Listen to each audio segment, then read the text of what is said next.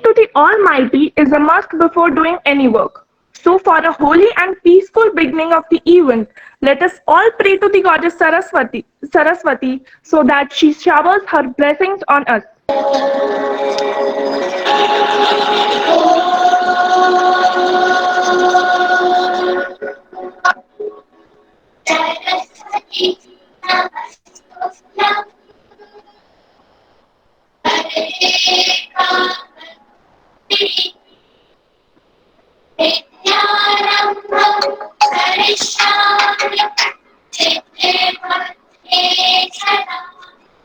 Thank you.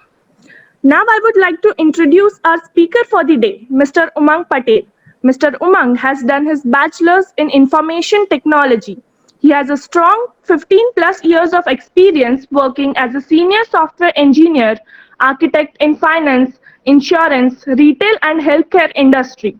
He has also worked in MNC companies like IBM, Unisys, Thomson Reuters, Deloitte, and currently working in Moody's. He is currently working as Senior Solution Architect responsible for implementing various structured finance solutions. Cloud computing is on-demand availability of computer system resources, especially data storage and computing power without direct active management by the user. The notion of network-based computing dates to the 1960s, but it is a still subject of research, and hence Mr. Umang Patel will guide us through. IEEE MBIT SB is delighted to have such a prominent personality as the speaker. I would request Sir to commence the session further. Thank you so much, Dhruva. Hello, everyone. Good evening, good morning, depend on where you are located. I would like to introduce myself. Let me share my screen here. Can you guys see my screen? Okay. Yes, sir. All right. Once again, good morning, good evening, and I hope everybody is doing fine in this pandemic situation. Hopefully, the situation is getting better coming along. All right. So today we are going to talk about cloud computing. I'm going to talk in general, like what is cloud computing? And how it is changing the market trends, like how it is helping companies, small business, individuals, how things are coming along, mostly into the computer science, like how it is helping all these different kinds of audience and their needs. So my name is Umang Patel. I am working as a senior solution architect in Moody's. I have 15 plus years of experience working with different companies. I worked in investment banking, insurance, retail. One of the projects I did was technology modernization when I was working with Unisys and so on. So that's all. So today's agenda is let's learn about like what is cloud computing. First of all, I want you two guys understand why everybody is talking about cloud computing, like how it is coming along in the industries. Then I'm going to show you like a few benefits, how it is benefiting to large organizations, the mid-scale organizations, or as an individual, like let's say if you like to take an advantage of the cloud resources, how you can take those, how you can take the advantage out of it and move along with in your career. I'm going to talk about like what are the different types of cloud services provided by the big cloud players like Amazon, AWS, Microsoft Azure. So let's jump into it. First thing first, I mean, I'm going to take you one step back and I'm going to talk about the very basic things, like what is, like whenever we talk about computer, or whenever we talk about the computing resource, Uh, I mean, in our day-to-day life, we use like our computer, like our personal computers, or let's say we use mobile device, or we use any handheld smart devices like a tablets. So, I mean, first thing first, we always look at these devices in such a way that it has the processing power, it has some kind of like a storage, and this unit is able to connect to the internet. The the cloud computing is kind of like separating these three underlying core piece of like a hardware infrastructure in, and they are dividing into like a separate things. Like they look at the compute as a separate, the storage as a separate infrastructure, and the networking as a separate infrastructure. The reason I'm showing you here this plain computer architecture diagram here, this shows like what is the basic functions that CPU performs. CPU is nothing but a processing unit which takes your inputs and it reads certain state information. State in the sense like how your program or the way how what you're trying to provide, what you're trying to achieve out of your given input, and it just produces the output for at the end of the day. So this is a basic computer architecture. Uh, as a user, like if you just want to focus on like as a single unit, as a single compute unit, we always think about like what you can achieve out of your personal computers. Like you can solve any compute intensive programs, or you can, let's say, store you can, for example, solve any complex calculations, or I would say you can transform the large amount of data which you have. So in this manner, the compute overall helps you. Or let's say, for example, the power of the CPU capabilities you can achieve accordingly. Uh, let's say, for example, when you need to go beyond the capabilities that the local machine that you have. So many times what we do is we go beyond one steps and we try to connect to the internet. I mean, if we think about what kind of like server capabilities that we are using in our day-to-day lives. So for example, let's say Office 365, or let's say in your academic, you must have created some kind of like a small website by your own, or in your academic, let's say, for example, you must have created a small programs, or some kind of like a services which is targeting the larger audience, or more than one users, and how these users can use these services. So in this case, like you'd like to share your data, or you'd like to provide these services to different set of clients that you're targeting. So in this case, the client server model comes into the picture. Now, taking this into the consideration, like how the big organizations are achieving in this case. Like the big organization, for example, they have the high demand over, they have the tons of data, first of all, coming in. They have data in a form of files. They have a data in a form of email, or they have their own websites, or they do provide certain services over the web application, or let's say target the gaming industries. So they provide certain gaming services over online. I'm sorry. Sorry, sir, please continue. Okay. Okay. Let me know if you guys have any questions. So how the companies are achieving this different kinds of need. So companies has to create their own data center, first of all. they create their own data centers in such a way that considering so as I'm showing you like a very basic photographs here, which is one of the large organization, like how do they maintain their own data centers. Now, the reason I'm showing you this private data centers thing here is like, for example, let's say a big organization. So they can afford this setting up their own data centers. It's a lot of investments involved into it, where they need to consider. I mean, by providing these data centers, they are solving their.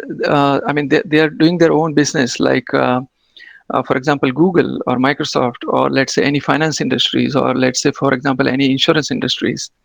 Like all of these industries are providing their different types of services and different types of data informations. The company where I work, they are mainly into the rating business, where they provide various finance instruments, ratings, and their details, like on day-to-day basis. Now, how do they achieve this kind of large uh, compute intensive need? There are a few factors involved where companies has to decide how they can go with this erect, like making their own data centers. So the first thing first comes into the consideration is the location. Location is the first thing that every company has to think about. Thinking in terms of where their clients are, where their users are, who the users are. Are they, let's say, internal employees, or are they the users across the ocean, where they are trying to access the provided services, or these users are like in country, or they are across the globe, I would say. So depending on their need, the first thing first they have to consider is the location. Now, depending on, they might have to create multiple data centers, depending on I mean, what level of things they would like to achieve here in terms of performance, in terms of, let's say, for example, there are certain countries where certain data cannot be accessed out of the nation. I mean to say here is that there are certain security rules are involved into it. Let's say when these multiple companies, I mean, when companies are deciding over creating these multiple data centers, they need to think about how they are going to connect all these data centers over the high-speed network infrastructures. The another thing that they need to consider here is how flexible this created data center is. How flexible in terms of, let's say, for example, today the company or the mid-size companies or the small business who is entering into the business, they do have, let's say, 1,000 users, or they have number of clients are limited to like 1,000 or 2,000. So they consider their workload, or they consider their capacity, and they try to create they do the investment accordingly. But moving forward, they need to consider their future future expansion in this case.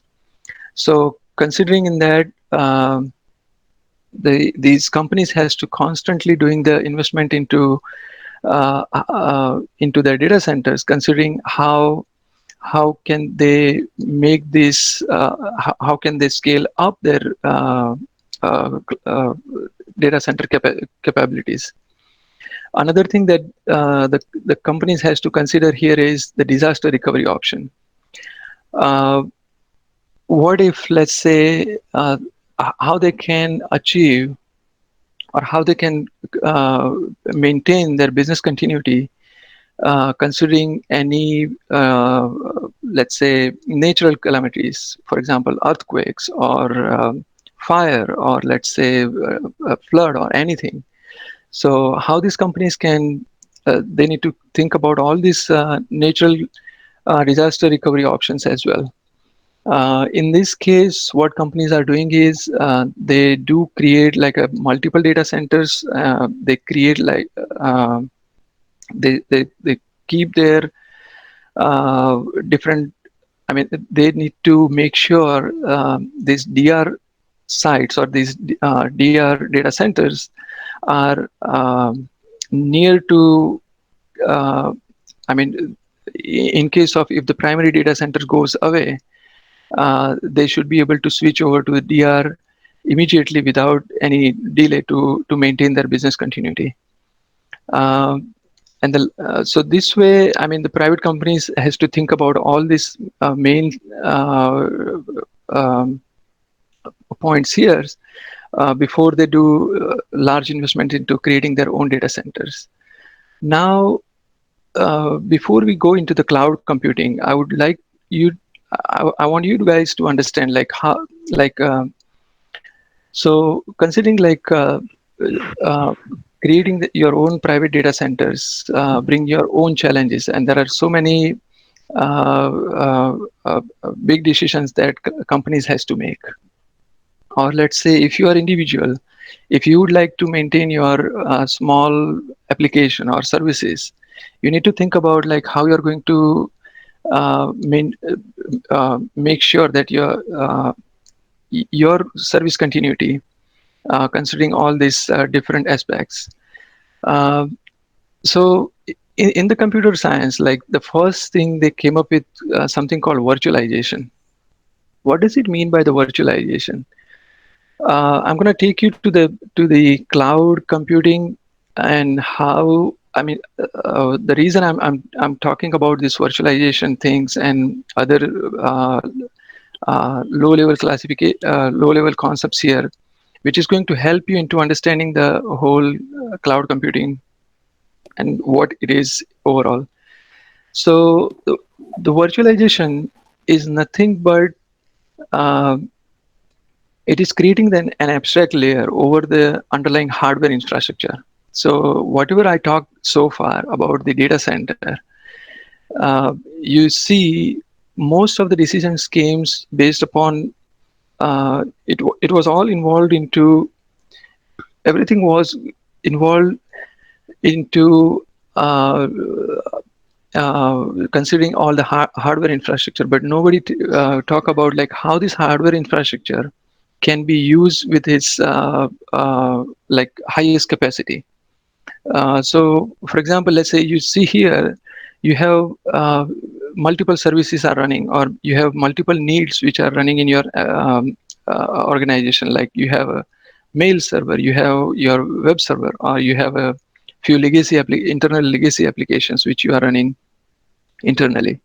Now, all these applications or services are running at the some lower capacity. Like as you see here, for example, like each service is taking up to the 30% of the underlying hardware capabilities. So hardware is still capable of processing or providing at the larger amount of capacity, but your applications or your service is still not using it actually. So how you can how you can optimize this approach? So virtualization comes into the picture, where what you can do is you can create multiple virtual machines over the underlying hardware, and then let the different services run under its own virtual machine. This way, you can you can take an advantage over underlying hardware infrastructure. So virtualization was the main thing that came along at very first. Now, what is hypervisor? Now, how this virtualization is being achieved? I just want to take you guys one step inside into it. So this virtualization has been achieved by creating this concept called hypervisor. What does this hypervisor do actually? So hypervisor simply provides a separation over the different operating systems. So let's say, for example, I would have a Windows machine, Windows virtual machine, as well as Linux and Unix virtual machines. I can run multiple virtual machines run on the same target hardware CPU. And this can be achieved by this hypervisor technology. Hypervisor is capable of it does provide the clear separation and the clear resource separation. When I say resource separation, like resource separation means to say, for example, let's say your underlying hardware has, for example, some amount of storage. Let's say you have 1 terabyte of hard drive, but you don't want this 1 terabyte to be accessed by all 3 different services. You can allocate a certain amount of storage to individual virtual machine. So whenever the virtual machine is running, your virtual machine can only see those specific amount of resources which are allocated to your virtual machine OS.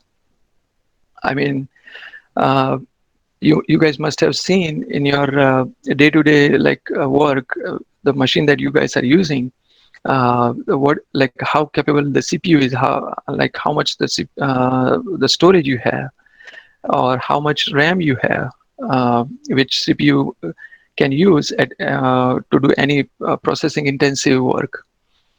So hypervisor is kind of like a technology provided at different level in a different OS. I mean, in Windows servers, they do provide like something called Hyper-V. I'm not sure about the Linux and OS, but you guys can think about the hypervisor as, let's say, an abstraction over your underlying hardware resources. Now, how each cloud computing services provided by, let's say, for example, Amazon, or for example, Google Cloud, or Microsoft Azure, how do they achieve this underlying technology and provide the cloud computing? So, as you see in this diagram, like how this cloud computing service provider achieve this overall infrastructure capabilities. So as you see here, this is each server rack. Each server rack runs those hypervisor underneath. This hypervisor can create as many virtual machines based upon the request, based upon the need, or based upon this rack's capabilities. So as you see here, and what do they do here is they connect all these multiple racks with a specific kind of like a switch or routers. They have I'm going to talk about the more details into like how do they achieve this kind of like everything is like a software driven. Nothing is they don't provide you any access to the underlying hardware level network switches or like storage or the CPUs.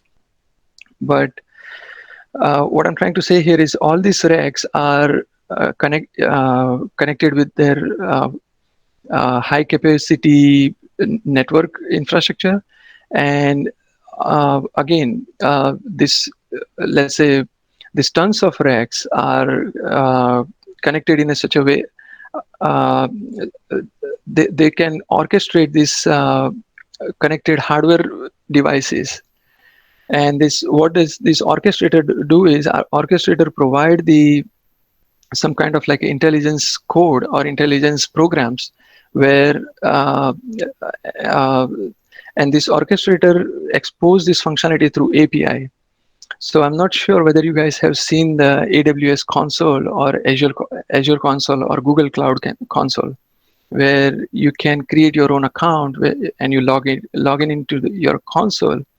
And let's say, for example, if you log in into AWS, you can request, for example, specific EC2 instance, or you can log in into your Azure portal and you can say, I would like to create a specific, let's say, Windows 2012 or 2016 or Windows 2016 server using the console.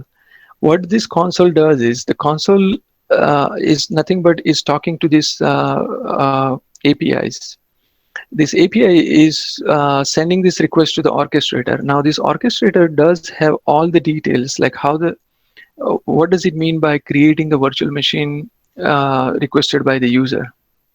So orchestrator provide all the underlying detail to this fabric controller, and this fabric controller is the one who manages the underlying hardware at very high level. Depending on the underlying hardware availability, is going to create, let's say, for example, one of the virtual machine for you, and then that's it. And then once your virtual machine is created into the cloud infrastructure, you can log it into your virtual machine, and it's nothing but it's the same concepts, like how you request the machine in your private data center. For example, let's say you are working as a technical person in your company, and you need a server, or let's say, for example, right now you are in your academic organization, you need certain machine to run your specific programs on it. So as you request, someone has to create those virtual machines for you. But in cloud, everything has been achieved based upon the request. Now, it's not only limited to this virtual machine. I'm going to talk about a few more things in the next few slides. Like you can create different types of compute instance. For example, do you want like a 4-core machine, or you want the 8-core server, or you want the 64-core server, depending on your need. Or depending on your need, you can say you can provide like what capabilities this compute instance should have, like the amount of memory storage or amount of network capabilities on it, and so on. So these are all, I mean, this is kind of like a very high level overview, like how the different cloud providers are achieving it. One of the things I would like to mention here is this API. So one of the things, like based upon my experience, I would like to say here is, in the large organization, let's say when you are working in when you have a need, when you have a, let's say, for example, the need is not like a fix, or you cannot predict your future need. There are many ways you can achieve this by creating there are so many like a smart infrastructure level services are available, and each cloud provider, they do also provide this kind of services where you can create your own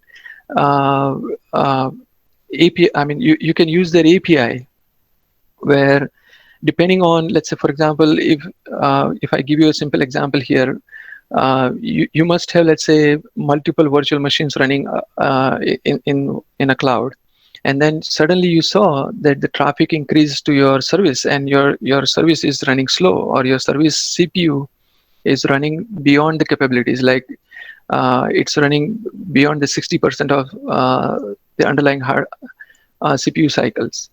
What you can do is you can capture those events, and you can create some kind of like a smart what do you call the infrastructure level programs where you use these APIs and you call these APIs. You don't have to like use their console only. Your program can also create new or create new virtual machines for you to achieve the increased traffic.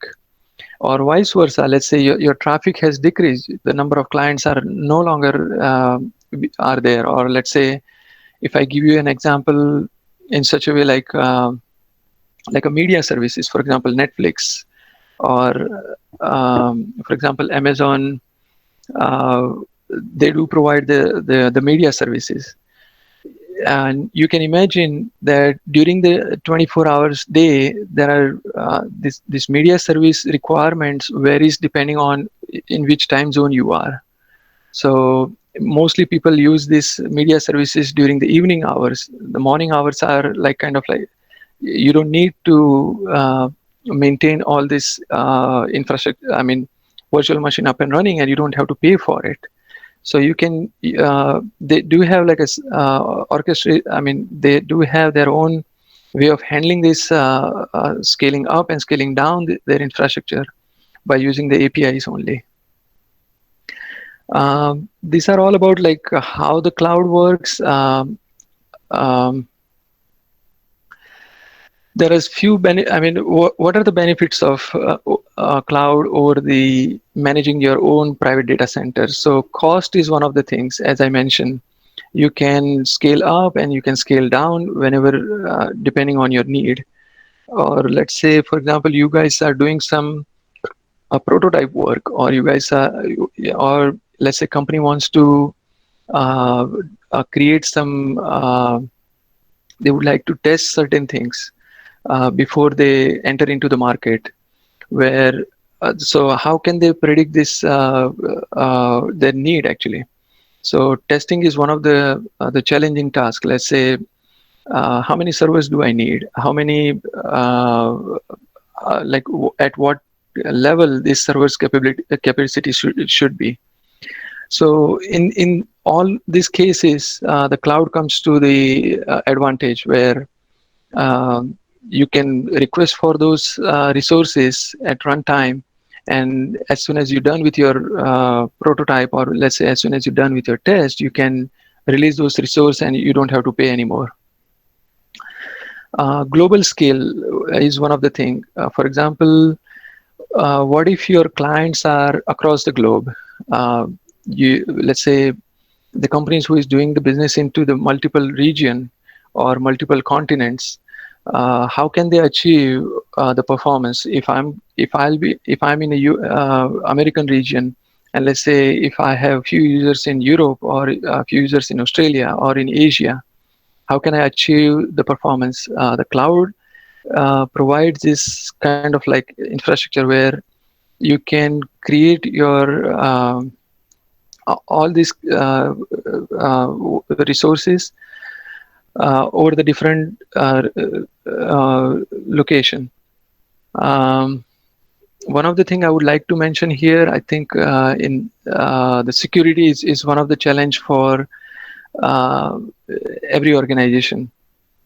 Like when you create your own data center, how companies can maintain or how companies can secure their data center. It is one of the biggest challenge that companies has to face with. How like let's say for example, you must have heard in the news like Microsoft do provide certain patches over the time, or they found certain issues at the operating system level, or they do found certain issues at the software or services level, and then so many users got affected. These kind of users, this kind of news we heard, I mean, hear in the news most of the time. So how can we achieve this security challenges? So one of the things that cloud provide is without, I mean, depending on how we are, I mean, I cannot talk about in detail like depending on how your service has been architected, or how your applications or your data has been architected. But depending on the different ways how you architect, you have a different ways to keep your infrastructure secure and up to date with different patches and different updates coming along with from uh, these providers. Um, I would say reliability is one of the biggest advantage too, where uh, as a user, you are not maintaining this, or let's say, for example, these companies who they are not maintaining this underlying hardware infrastructure. So the cloud, every cloud provider, they provide this disaster recovery options, or within. Um, I don't know if I can show you guys like some kind of options here. Okay, I'm going to talk about later. But think about the reliability as one of the cloud capabilities so far. Um, this slide. Um, okay, so far whatever I talk about, let's say this graph, I found this graph very important here, where as you can see, this is the biggest concept that everybody is trying to understand right now in the industry, which is called capital expenditure versus operating expenditure. So what is capital expenditure means? So whatever we talk about so far, like creating your own data centers, the companies has to make sure like how much investment they are doing, what are the server costs, storage cost, backup cost, depending on what kind of like a network capabilities they need. They need to consider all this cost upfront before they enter into the business. They also has to consider the technical personnel who is going to maintain all these uh, uh, data centers. So as you see here, the capital expenditure is shown into this red line, where depending on your, let's say, demand prediction, this green dotted line is the one where the companies or the individual is predicting their future demand prediction. But they need to keep up to date, like they need to keep improving their underlying data center infrastructure, including the human resource who is going to maintain this. As you see here, this red line is keep increasing it. Now, what if, let's say, this area over here, this is one of the biggest thing that the cloud comes into the advantage, where let's say you predicted your demand is going to increase into the future, but it did not happen as due to any certain reason, like due to market downturn or any market situation. As you see here, company has already spent so much money if they are following their own data center infrastructure option, and this investment is not coming as their return. Whereas if the cloud approach, which is like pay as you go option, where if your demand decrease, you can easily uh, like remove those resources, or you can downsize those resources which are created into your cloud infrastructure, and you can reduce your operating expenditure cost. So basically it's more like more flexible options, and it's more like a you are leasing those resources, you are not like owning those resources. uh, so there are few companies, they are considering this as an advantage, but the I mean in accounting, or I would say in the like I would say finance management, these are like uh, two things which people are still arguing one over the other, like what are the advantage and disadvantage over going along with the capex versus opex model. uh, depending on um, the OPEX. Sometimes, I mean, the only uh, disadvantage in terms of, I would say here is like you don't own the hardware. So sometimes you may end up paying little more compared to you own your own hardware. But on the other side, when the downtown kind of situation comes, you're still into the better position compared to going along with the capex model. Now, how these companies are creating a different kind of clouds. So a few companies, I mean, there are three different types of cloud options are there, like a public cloud, private cloud, and the hybrid cloud.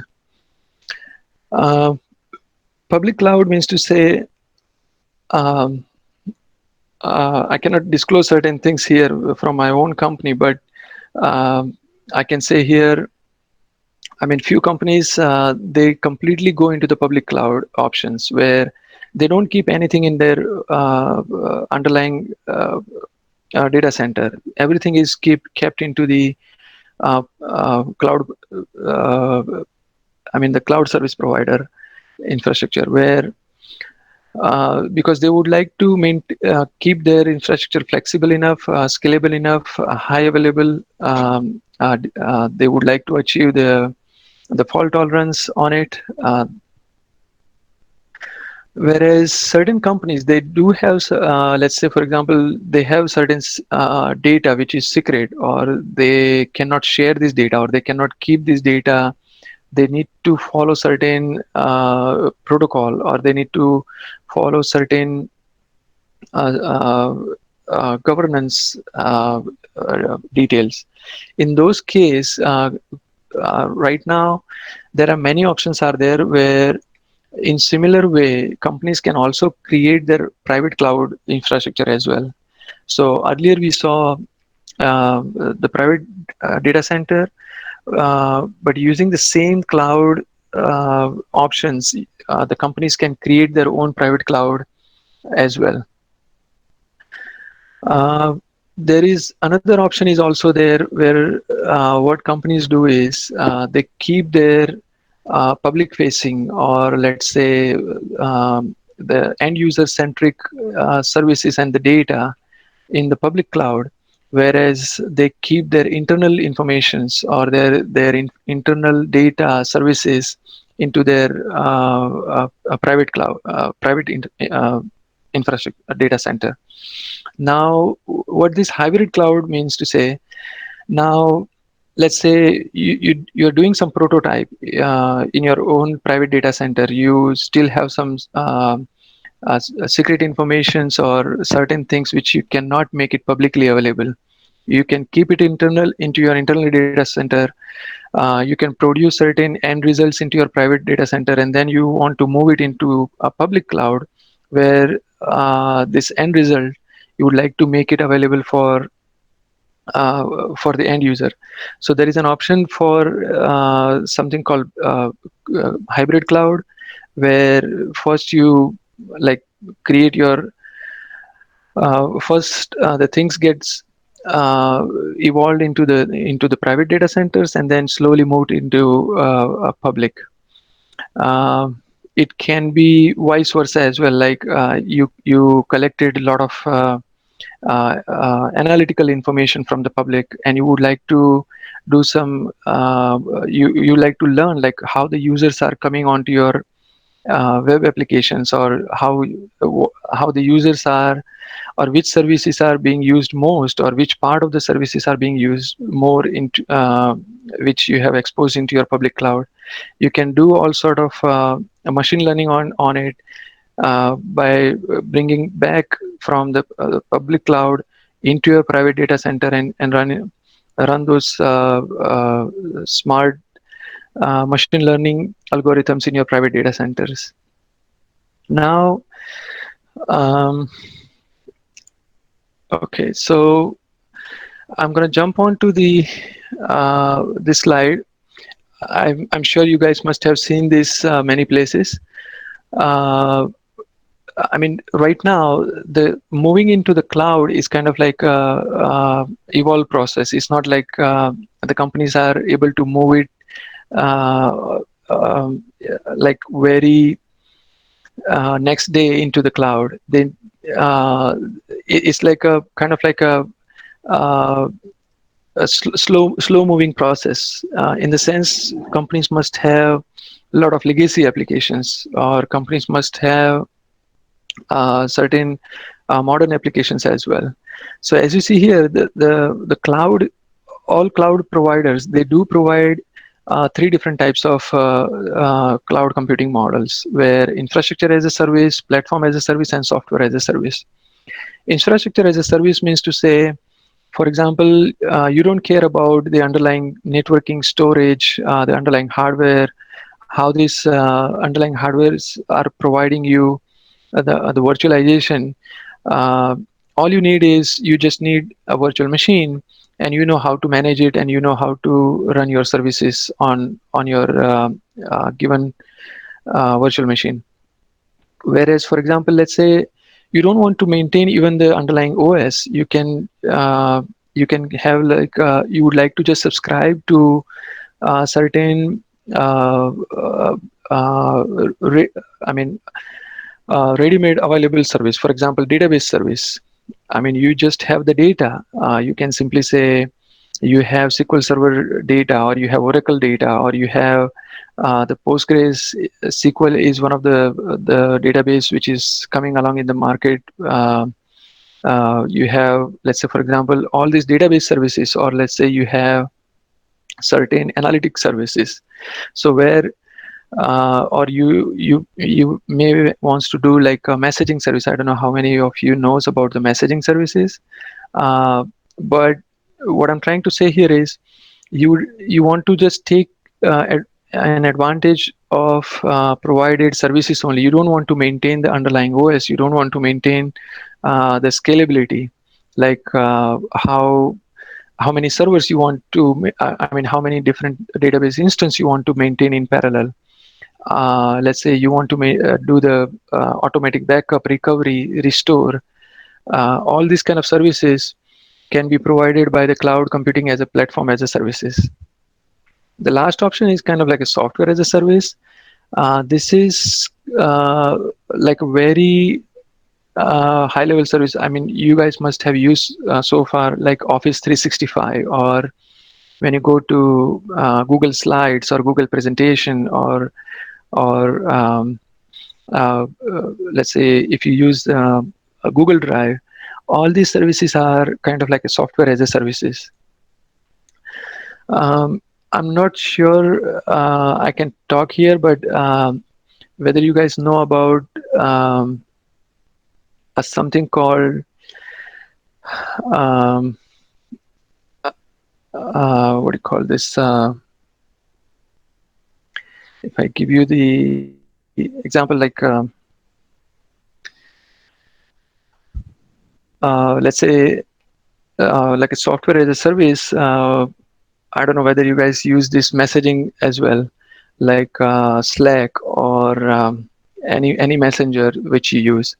These are also kind of one of the example as a software as a service. So what else? I'm gonna talk a little bit about this last topic here. I don't think so. I think considering the time that we have, I can give you all this detail here. But think about like how most of the cloud provider, they achieve the scalability, high performance, fault tolerance, and all these different options. In most of the cases, what they do here is they create huge data centers at different region. These regions are across the globe, and each region they divide into multiple availability zone. If you dig into what is availability zone is within a single region, they would like to achieve the disaster recovery, or they would like to achieve the high availability into the given region. How do they achieve is they divide the same region into multiple availability zone. Now, all these availability zones are nothing but a separate uh, uh, infrastructure facility. I mean, from the location perspective, but they are pretty nearby. I mean, they are kind of like a nearby and connected with a high-speed network. It's like if, for example, let's say if you have one server is in one availability zone and another server is in another availability zone, you won't be able to feel that how or any delay in between them. Maybe you can use them as your DR site as well. Um, what else do I have? I can show you here like AWS and Azure. They are like kind of like going worldwide. They are still increasing their capabilities over the globe by creating the different infrastructures and regions. Um, I don't know. I can talk about like these are like a pretty basic things. What different cloud provide right now? I have considered the AWS and the Azure, which are the major player right now in the market, who is providing the cloud services. Here are the three different options. I mean, different services that do they provide. Now, how you guys can like from your career perspective, like if you want to consider like how you want to get into this cloud computing, I would suggest these are the two slides I have found, which was kind of like easy to understand. Certification is going to help you to in your career path. I would suggest, as you see here, uh, mainly like whoever is focusing on like what career path you would like to go along with it. Let's say, for example, you would like to be a solution architect or infrastructure architect, or let's say you would like to more focus on operation side, or let's say you are hardcore developer and you would like to know more into detail, like how as a developer this different cloud capabilities can be used while developing your application. So as you see here, AWS has a different certification. They have the foundational certification. If you choose to go with architect, they have solution architect, associate, and a professional. And at operational level, sys ops administrator. And for developers, they have the developer associate certification as well. As I mentioned, each cloud provider, they do have some special kind of services as well. And they do offer different certifications over all these specialized services. So you can think about this as well. It's kind of similar thing for Azure as well, where you can think about which direction you would like to go in your career path. And I wish you good luck, guys, and you will consider cloud computing as one of your career option. All right, we have 5 minutes to go here. I want you guys have any questions for me? We can. Yeah, thank you, sir. We request everyone to kindly ask their questions in the chat box itself, and the attendance link will also be provided in the chat box. Sure, I'm going to share this PPT to Mansi, Shital Gondalia, and you guys can request from them, and they can send you this PPT as well. I'm going through all this. Sure, I'm going to share my email address. If you guys have any questions, you can feel free to send me these questions. I'll try to answer your questions on cloud computing as well. Or if you want to know anything other than cloud computing. One of the question says here, mobile computing, how it works differently from cloud computing. If differently, in which way? Um, I'm not sure about like how it works in different way, but you can think of cloud providers. They do provide certain mobile computing related services. As you guys can see, uh, let's say whenever you in your mobile, for example, I can give you a very basic example, like a notification service. At any given point of time, I mean, different apps are sending you different notification. How this notification has been achieved? It can be achieved through, let's say, the company or the organization who is maintaining this mobile app, but they need to provide, I mean, they need to maintain their own networking services. Whereas if they wants to leverage this kind of like network service as a service from the cloud computing, they can use them as well. So I'm not sure exactly the mobile computing, but think of like the cloud computing has different options available for mobile as well. I don't see any new question here. Do you guys have any other questions? I think a lot of people are asking. One of the question came here is the AWS versus Azure. Um, right now, both cloud providers are kind of like competing with each other. They do have a lot of services if you try to go onto their website and try to see. But one of the biggest advantage I would say with AWS is they do a lot of research. They are kind of like coming into they are the first player into the market, whereas Microsoft is also doing well these days, especially into the enterprise world, where Azure is also picking up very much into the enterprise world. Considering they do have certain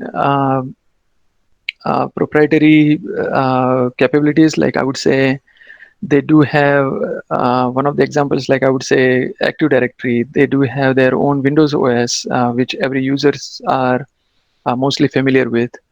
Um, and also, I mean, slowly Azure is also entering into the open source world as well. So I mean, as a beginner, I would say don't worry about like which one is better, but try to go along with the underlying uh, capabilities that these two major providers provide. And one thing I would like to add here, like uh, Google Cloud and Oracle Cloud is also kind of like IBM Cloud also entering into the market as well, and they are coming up with their own specialized services, which few organizations they are into the I mean that's kind of like one of the key point that small businesses as well as the other organizations are considering right now. All right, I don't see any new questions here. Thank you so much, guys. One of the questions is, what is the difference between cloud and on-premise computing? Um, so as I said, like consider on-premise computing is, I mean, at the end of the day, everything is like how you're achieving your client needs or your end user need. In the sense whether you're achieving through, let's say, I mean, uh, the challenges are with your private data center is how you can keep up to date or how you can keep it up to date with from considering the security point of view, considering the performance high availability point of view, or considering your future prediction. Whereas the cloud is kind of like a you requested and the resources are available for you, and then you can release those resources when you don't need them. So it depends on how in your business need or in your personal need, how flexible you want to achieve these options. All right.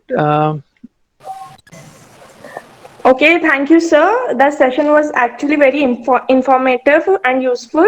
Now I would like to call upon Mansi Bhagat to present the vote of thanks. Thank you, Dhruva. I would like to thank Umang sir on behalf of whole IEEE MBIT student branch for taking time out of his schedule for us. We are very glad to attend this informative session. We are looking forward from hearing you for more such amazing sessions in future. Thank you. Now we request everyone to join us for the MBIT anthem followed by the national anthem. कर्तव्यों का बोध कराती है, अधिकारों का ज्ञान शिक्षा से ही मिल सकता है सर्वोपरि सम्मान।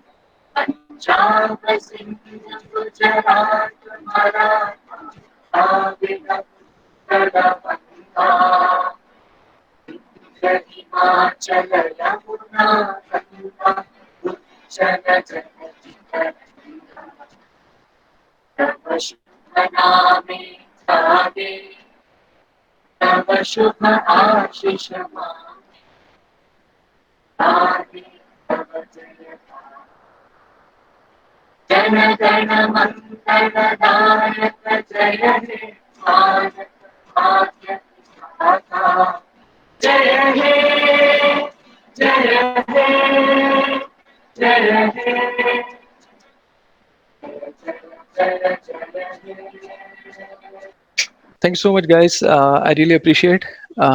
Feel free to send me any questions you have. I'm going to share my email to Mansi, and I'm going to share this presentation as well to her.